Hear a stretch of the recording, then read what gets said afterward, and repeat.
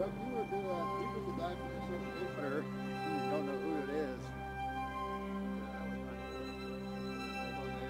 My first dive was in 700.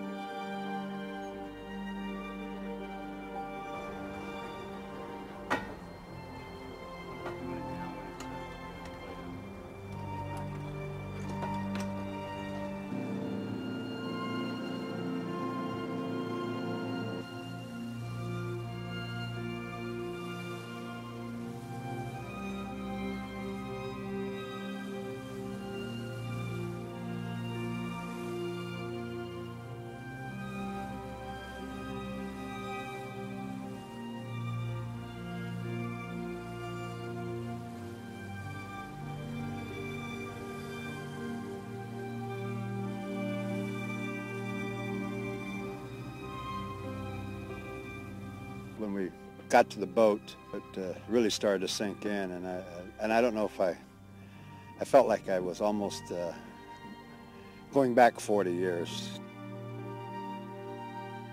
I think this is maybe one of the few opportunities we'll have to come out here and check this thing out. This is like a marker for us, for all the families.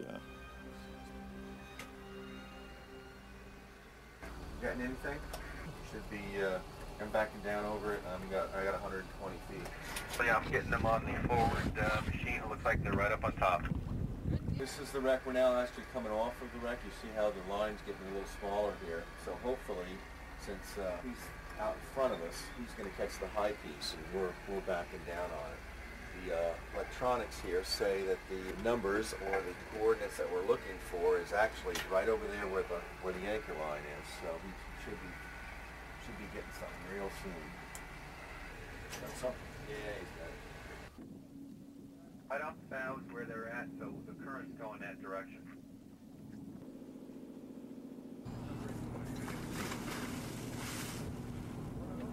The two safety divers, or the two people that we put in the water early on, have the task of hooking us up and making sure that we don't drift off. Because this is very deep and serious sort of diving, the last thing you want to do is unhook from the wreck with people under the boat decompressing. You can't break loose and motor back. So their task was to take our anchor setup and put it on the wreck and lock it down so there's no way the surface boat and all our surface support could go anywhere or accidentally drag the hook. So they came back with the following report. We're hooked up, we're in a good spot, visibility is good, temperature's good, sun's out, full sun, flat day. I couldn't have sketched it out any better. This will be the first time you've seen it since it's in its safe position. You're correct. So it's been 2 years or so since 2 you've years. been out here. We jump in together, sort of guide me to those points where you think we can best look up against the light using this as silhouette. This room up here, the largest room on the tower, the technical support room. I'm helping Al with getting him around the different spots on the wreck. I've been diving this wreck for 27 years, and I'm supplying him with technical support and putting him in the best possible places where he can get some good shots. Okay. You know, shooting from, I mean, if the light is like this, in the first couple of dives, you know, of course I'll get used to the whole mass of the structure, and it is massive, but we're very interested in documenting the structural damage and sort of how could such an accident happen and what contributed to that accident. You guys looking at briefing? Yeah. You were just in the water, right? Yeah, well, join us and let's talk a little bit about it. I'm anxious to hear. The wreck doesn't look anything like that anymore. From what I can see, you have your picture. There's an angle like this on the deck. Right. Now the deck is very close to parallel to the bottom. The deck is more level than that? The deck is almost parallel to the sand. Wow. So there is still an angle to it, but nowhere near like this. Right. So let's take a look. Thanks very much. That's really helpful. All right, let's go to work here. Our cameras are ready to go, and we're ready to go here. So I'd like to roll over the side here in 15 minutes. Kelly, you good with that? 15 minutes? Most people don't realize the Atlantic is a very, very tough dive site. The bottom where most of these wrecks are found in the Texas Tower is found, nearing 200 feet. So dives on these shipwrecks are really challenging. Extreme cold on the bottom, very deep, requiring lots of decompression. Offshore, 80 miles, remote, deep, cold, and pretty unforgiving business.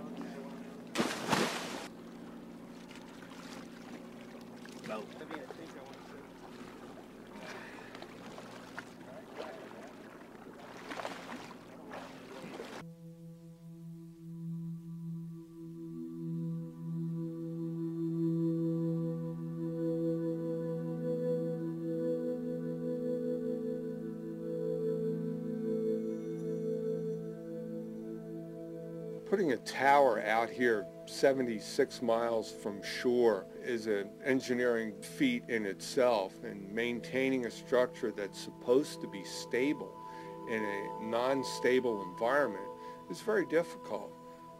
You had a tower that was a weakened structure from the first time it was placed out here. It never really reached its design capabilities. It was like trying to stand up for an extended period of time on a bum leg. And that's basically what the tower had a bad leg that never really healed properly. And when you put that in an environment where you have your typical very nasty northeasterly storms and gales, and in an area that's susceptible to hurricanes, you're looking for a disaster to happen.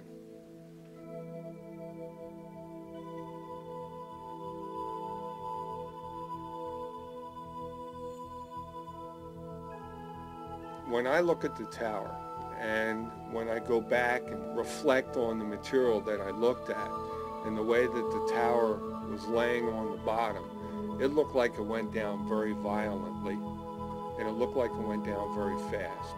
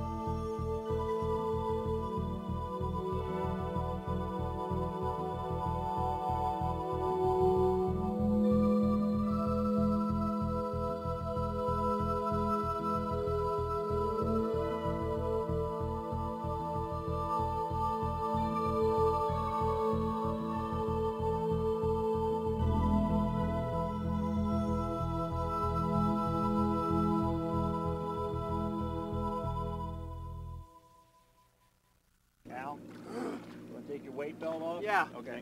Yeah, I'm just breathing a little surface air here. I saw a ladder on the main deck. I knew right where I was, and I couldn't believe the devastation. Could not believe it. Find the plaque. Plaque is gone. Pieces of the structure on it. You know, the size of the Texas Tower is interesting.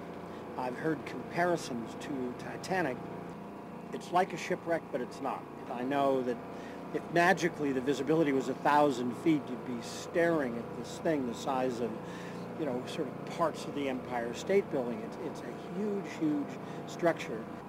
And considering the high drama that went along with losing this incredible structure in the ocean, pretty sobering. I mean, you think about the circumstances surrounding the accident and the human drama that played out there. You got it done? I'm taking some pictures, and to see all the people here involved in this thing, doing what they're doing, and it's just amazing to me. This thing has grown into something that I just could never believe possible. I met Larry Phelan for the first time. Spent some time up on the top deck here. up in front, watching the air bubbles come up from the divers, because it's, it's hard for you and I to picture exactly what's down there. And to see the bubbles come up, and I could see that a diver was here, and a diver was there, and a diver was over here, and trying to imagine the size of the tower, and how it rested on the bottom. And I was dumbfounded by how far these divers were apart from each other, doing their exploration. And I can imagine just the catastrophe when it happened, how violent that must have been with this huge structure, hitting the surface, not like a ship sinking, which is probably fairly quiet. But this thing collapsing into the ocean must have been terrifying. That night that the tower went down, imagine that night. My father was a repairman on the towers. We knew it was a tough job, especially around middle of January. But now coming out here and lying in my berth, it was pretty rough last night. And the waves were slapping against the bottom of the boat, and you couldn't help think about what it was like that night for them before the storm knocked it down. It was an eerie feeling. This boat can go back. That was a fixed item there, and the only thing that could do would go down. And I think everybody thought of that last night at some point in time. Certainly I did. I'm sure Larry did. It must have been terrible. Where we are, we're swimming along the main flight deck. To the left would be the officers' administration office, and we're just looking around. That's at about 146 feet. But you're just off of the flight deck, so there's Yes. still a lot of tower below you. Yes, there's 2 decks below us. Coming back to the cabin and looking at the films is just exhilarating. And then, of course, being on the ship or the boat and standing here and looking out at the bubbles and the divers and getting a perspective for how large the tower is, looking at, there's no land in sight. It's the thought of what was going on out here while the men were serving on the tower. Just everything is dumbfounding. But the last 2 days have been extremely emotional. I've tried to get off and have my quiet times by myself. Being up here on the bow, just imagining what the divers are looking at, and I would love to be down there doing that. To see things that only a few people have seen. Gives you the urge to learn how to dive. You start to get an idea, perspective of how huge that leg is. Coming back with the sons of 2 of the people that were lost on the tower makes it a very emotional trip, certainly for them, but certainly for me, because I've felt that I've in a way known their fathers. I've visited their fathers' graves, and for these guys to be able to come back and be there, I feel like I want to help them. I want to make their visit to their dad's gravesite as comfortable as possible.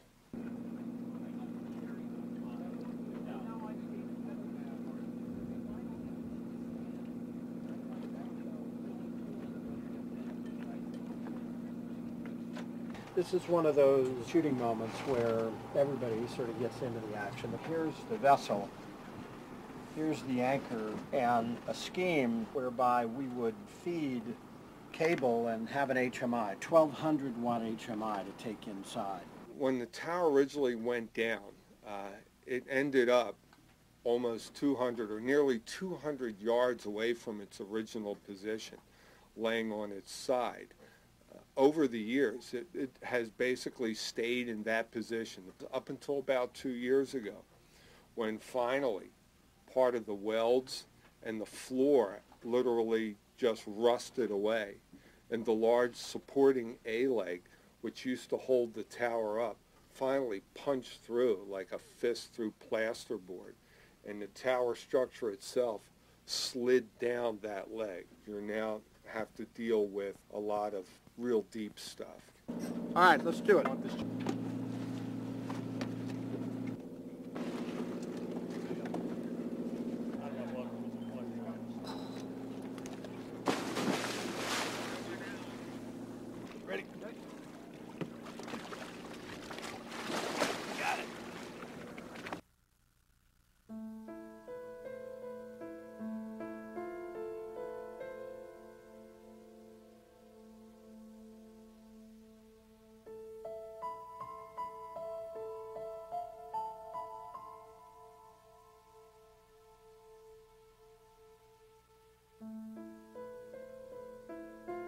Texas Tower was not a ship. Even though it is classified as a shipwreck, it was never designed or built for watertight integrity, airtight integrity. For all intents and purposes, it's a building that they put out on stilts out in the middle of the ocean. The tower was never built to be in the ocean. It was built to be almost 7 stories above the surface of the ocean. All the doors were regular handled doors. There were no dogged hatches. There were no watertight compartments. It was built like a metal building. So it was susceptible. It would be very susceptible to twisting and tearing and structural deficiencies.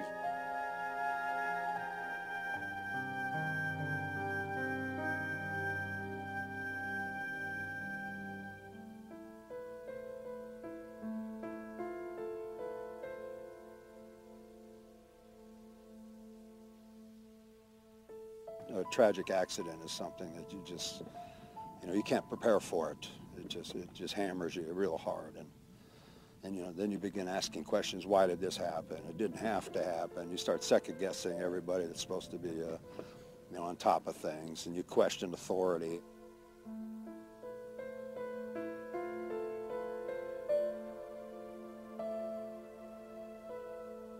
It's hard to comprehend the complete picture of the tower in the shape it's in now.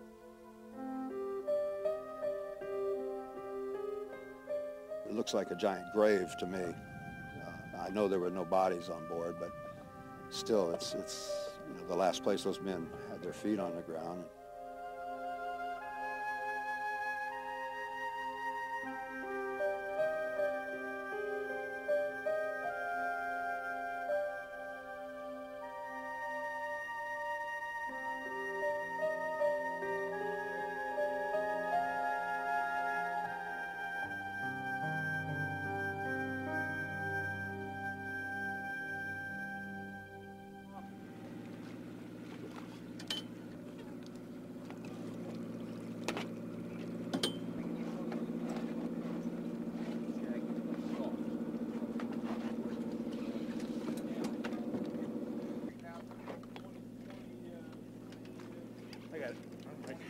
I can't use it. They'll be hanging on a little nail right inside. Yeah, right next to it.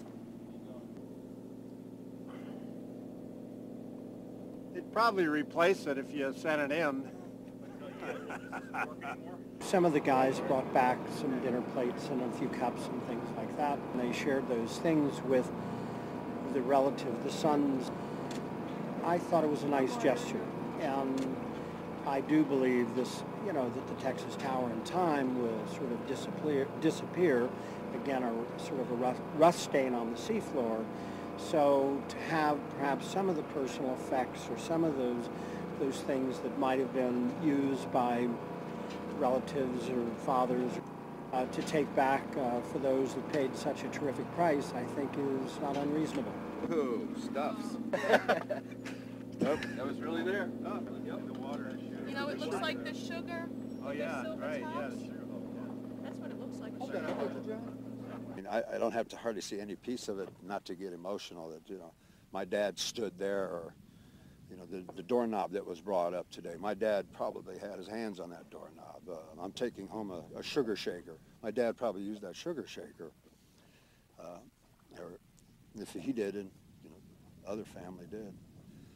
So, it's, I really didn't have anything that was personally my father's, or that I can even associate with my father having been physically attached to. And yet now I have a sugar shaker, and I'm sure that if he didn't touch it, he sure looked at it.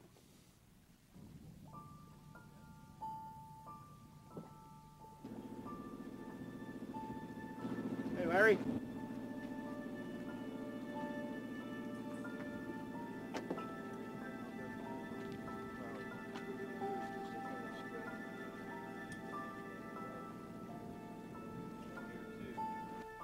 It's tough to be out here, but it's still great to be out here. It's like visiting the cemetery for me. So this is a real large cemetery for me.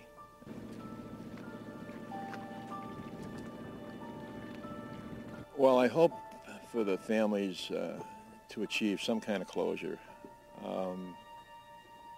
I really can't explain closure, the word closure. Every time I think I've got it, there's something else that I need to do. I may never get closure.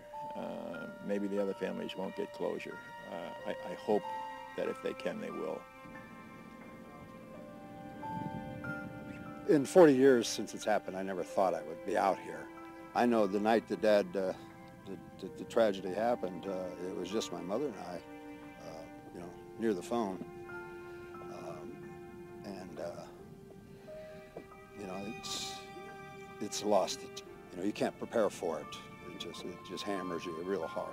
You can either turn your back to it and say, well, that's the way life is, or you can fight it, or as we did, we turned to Mom and you know, and let her lead us, you know, to recovery as much as there was.